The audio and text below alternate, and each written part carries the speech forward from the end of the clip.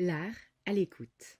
Ce sont de brèves incursions dans les récits mythologiques proposés par des mots et des arts, histoire d'entendre ou de réentendre quelques grandes histoires. Notre sujet de l'épisode du jour, Ulysse, et en particulier sa rencontre avec le cyclope Polyphème.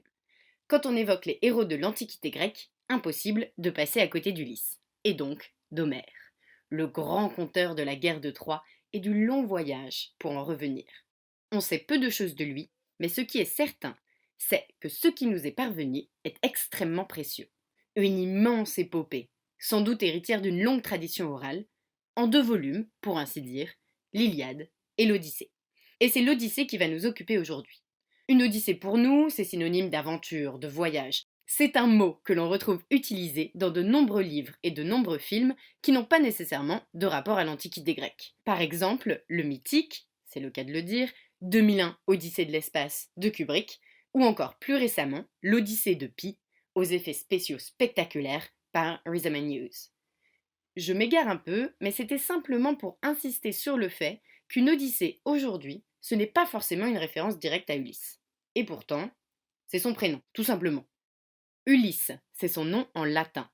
Enfin, Ulyxès à l'origine, mais pour les Grecs, il s'appelle Odysseus, Odyssée, version française. Ce héros va s'illustrer par de nombreux exploits et les épithètes homériques le soulignent. Les épithètes homériques, ce sont des qualificatifs, des compléments que l'auteur associe aux dieux ou aux hommes. Par exemple, Zeus, le porte-égide, Athéna, dont l'œil étincelle, Achille, aux pieds légers. Ceux d'Ulysse sont plutôt très positifs. Le héros aux 1000 ruses, l'ingénieux, Ulysse à l'âme endurante, un héros, un vrai. Avant de nous plonger dans la rencontre d'Ulysse et des Cyclopes, et donc dans son voyage, je vais commencer par vous le présenter et évoquer, très rapidement, son rôle dans la fameuse guerre de Troie. Même si Homère est donc le grand poète des aventures d'Ulysse, certains des épisodes concernant ce dernier nous ont été rapportés par d'autres auteurs, et notamment celui du départ d'Ulysse pour la guerre de Troie, ou plutôt de sa tentative pour y échapper. On retrouve le récit de cet événement chez le pseudo-Apollodore. Ulysse est roi d'Ithaque, une petite île de la mer Ionienne. Il est marié et son épouse, qui elle aussi est très célèbre, vous la connaissez déjà sans doute, c'est Pénélope. Ensemble, ils ont eu un fils, Télémaque. En somme, tout se passe bien. Ulysse mène une belle vie, il aime son île, sa famille, son peuple.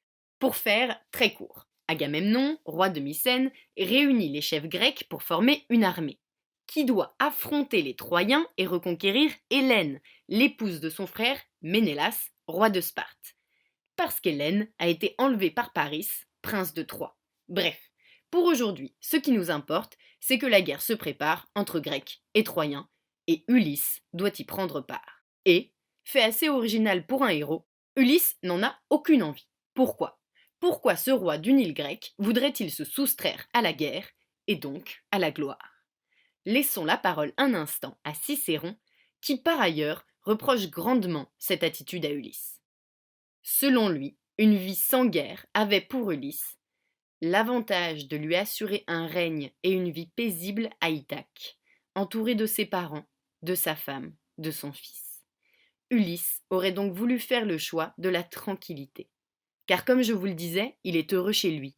Il ne ressent pas le besoin de se couvrir de gloire. C'est une des choses qui font que le personnage d'Ulysse résonne pour moi de façon un peu différente des autres héros. Plus moderne, peut-être. Le plan d'Ulysse, pour éviter la guerre, était de simuler la folie. Mais la stratégie échoue et il est contraint de partir. Sur ce point, tous les auteurs s'accordent. Et Ulysse va s'illustrer pendant cette guerre, et pas de la moindre des manières. Même si ce n'est pas la guerre de Troie qui nous occupe aujourd'hui, difficile de parler d'Ulysse sans évoquer la ruse du cheval de bois. Eh bien, elle n'est pas dans l'Iliade, cette ruse. Elle est évoquée assez brièvement par Homère, oui, mais dans l'Odyssée, contrairement à ce qu'on pourrait penser. Ulysse est le héros qui a imaginé la stratégie d'un grand cheval de bois offert aux Troyens par les Grecs pour leur faire croire qu'ils renonçaient à la guerre. En réalité, des soldats grecs étaient cachés à l'intérieur, prêts à mettre la ville à feu et à sang. En quelque sorte, c'est grâce à Ulysse qu'après 10 ans, le conflit trouve enfin un aboutissement. La guerre terminée, Ulysse peut rentrer chez lui. Nous voilà au cœur du sujet. Je précise en passant que l'Odyssée n'est pas le récit chronologique des aventures d'Ulysse, comme on pourrait l'imaginer. L'épopée commence avec l'histoire de Télémaque, son fils, qui part à la recherche de son père et en apprend quelques-unes des aventures. Mais l'épisode le plus célèbre et un des éléments essentiels pour le déroulé de l'histoire, c'est l'exploration de l'île des Cyclopes. Et cette exploration n'arrive qu'au champ 9. Ulysse est presque au bout de son voyage et il entreprend de raconter les différentes épreuves qu'il a traversées. C'est tout simplement un flashback. C'est une étape essentielle parce qu'elle explique, en partie, pourquoi le voyage d'Ulysse va être si lent. Ce n'est pas le premier arrêt du voyage du retour. Ulysse et ses marins ont déjà été chez les lotophages et les cicones. Cette fois-ci, ils accostent de nuit, à proximité de l'île des Cyclopes. Ulysse, curieux, est désireux d'en voir plus. Il emmène avec lui quelques-uns de ses hommes. Les voilà entrés dans une grotte, habitat d'un cyclope. Ces hommes le pressent de repartir. À quoi bon s'attarder? Mais Ulysse refuse. Il n'est pas encore satisfait. Il veut connaître l'habitant de cet endroit. Il a remarqué que les cyclopes ne pratiquaient pas l'agriculture et qu'ils n'avaient pas d'organisation politique. C'est-à-dire qu'ils sont à l'opposé de l'idéal grec. Mais est-ce qu'au moins, ils respectent une valeur essentielle, celle de l'hospitalité? Autant vous dire qu'il ne va pas être déçu. L'occupant de la grotte arrive. C'est une créature immense, dotée d'un seul œil. Il s'appelle Polyphème et il est le fils de Poséidon. Il marche d'un pas pesant. Il fait rentrer des béliers dans sa caverne et ensuite, il referme l'entrée avec un immense rocher. Ulysse et son équipage sont coincés à l'intérieur. Le cyclope, loin d'accorder l'hospitalité espérée par Ulysse, s'empresse de dévorer 2 des marins. Lui et ses compagnons sont terrifiés. Le cyclope s'endort et notre héros a le temps de méditer à une ruse. Le lendemain, le cyclope se réveille, dévore 2 nouveaux marins et quitte la grotte pour aller sortir ses béliers. Alors, Ulysse s'attache, avec ses compagnons, à tailler dans le gourdin en bois du cyclope un épieu, c'est-à-dire qu'ils le rendent très pointu à une extrémité. Et ce gourdin n'était pas fait de n'importe quel bois, c'est de l'olivier, l'arbre qu'on associe à Athéna, déesse de la guerre et de la sagesse pour les Grecs. Athéna est une déesse qui intervient souvent dans le destin des grands héros grecs, et en général, c'est pour les aider et les protéger. L'épieu a donc une force supplémentaire. Une fois terminé, ils font légèrement brûler la pointe dans le feu. Le soir vient, et avec lui, le retour de Polyphème. Ulysse est prêt. Il lui offre du vin, qu'il avait pris soin d'amener avec lui.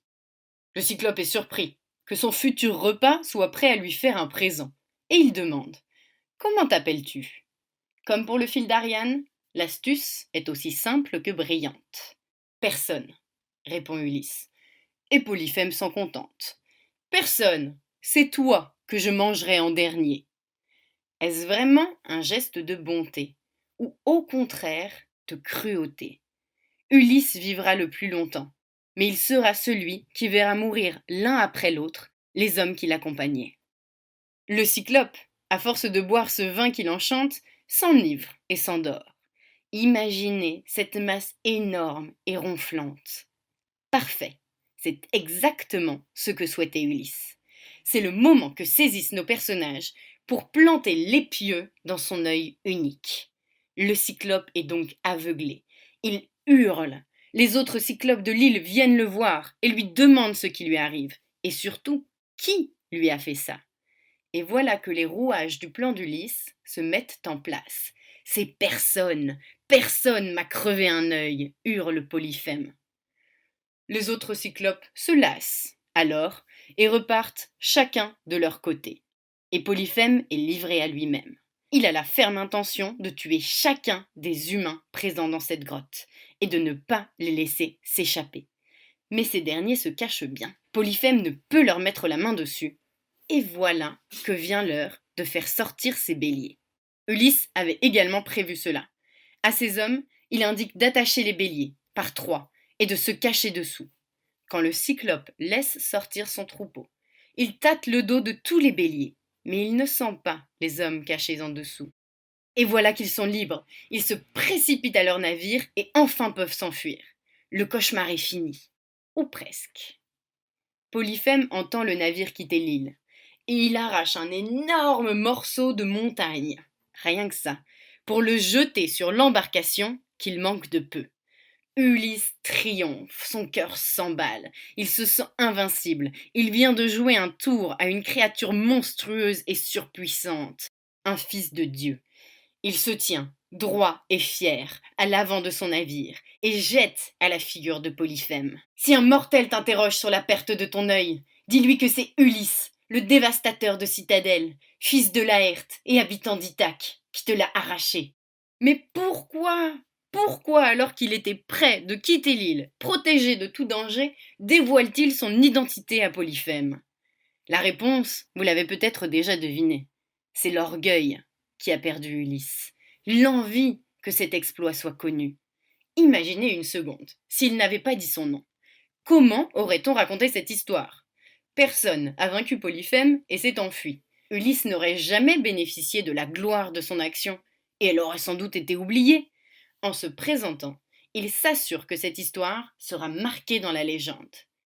Ulysse a peut-être oublié un peu vite à qui il s'adressait. Polyphème, sitôt qu'il connaît le nom de celui qui l'a trompé, s'adresse aux eaux et appelle son père, Poséidon. Frère de Zeus, Poséidon règne sur les océans. C'est un dieu colérique et terrible. Ulysse a humilié son fils. Très bien, il va s'attacher à semer sur sa route les pires embûches et à tout prix l'empêcher de rentrer chez lui. Et c'est ce qui explique le long voyage, 10 ans quand même, d'Ulysse jusqu'à Ithaque. Bon, il faut préciser qu'il va passer 7 des 10 ans chez la nymphe Calypso. Parmi les épreuves qu'il va rencontrer, les célèbres sirènes, Circé, Charybde et Scylla et tant d'autres. À travers tous ces obstacles, cependant, Ulysse ne perd pas de vue son identité et son objectif, le retour à Ithaque et retrouver sa famille. Ce retour aussi sera difficile et dans la violence. Soulignons l'importance du personnage de Pénélope, qui n'a rien à envier en ruse à Ulysse. Elle met au point la stratégie de la tapisserie, celle de l'épreuve au prétendant, et, toujours sur ses gardes, celle du lit déplacé. C'est encore toute une autre aventure que le retour d'Ulysse dans sa ville. Mais je vais terminer avec les mots d'Homère et une happy end qu'on aurait envie de qualifier d'hollywoodienne.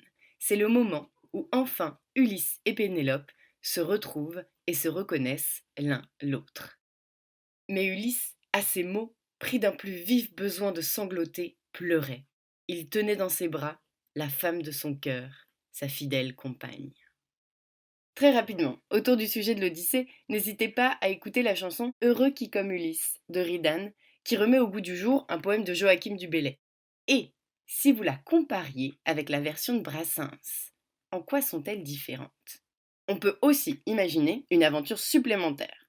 Si, entre les cyclopes et les sirènes, Ulysse avait rencontré un autre danger qui l'avait encore ralenti, quel obstacle supplémentaire Poséidon aurait-il pu mettre sur sa route? Et pour terminer tout à fait, je me permets de vous recommander une bande dessinée que je trouve très agréable pour appréhender autrement l'histoire d'Ulysse, Télémaque, de Kenny Ruiz et Kit Toussaint, qui reprend l'idée, présente dans l'Odyssée, du fils qui se lance à la poursuite du père.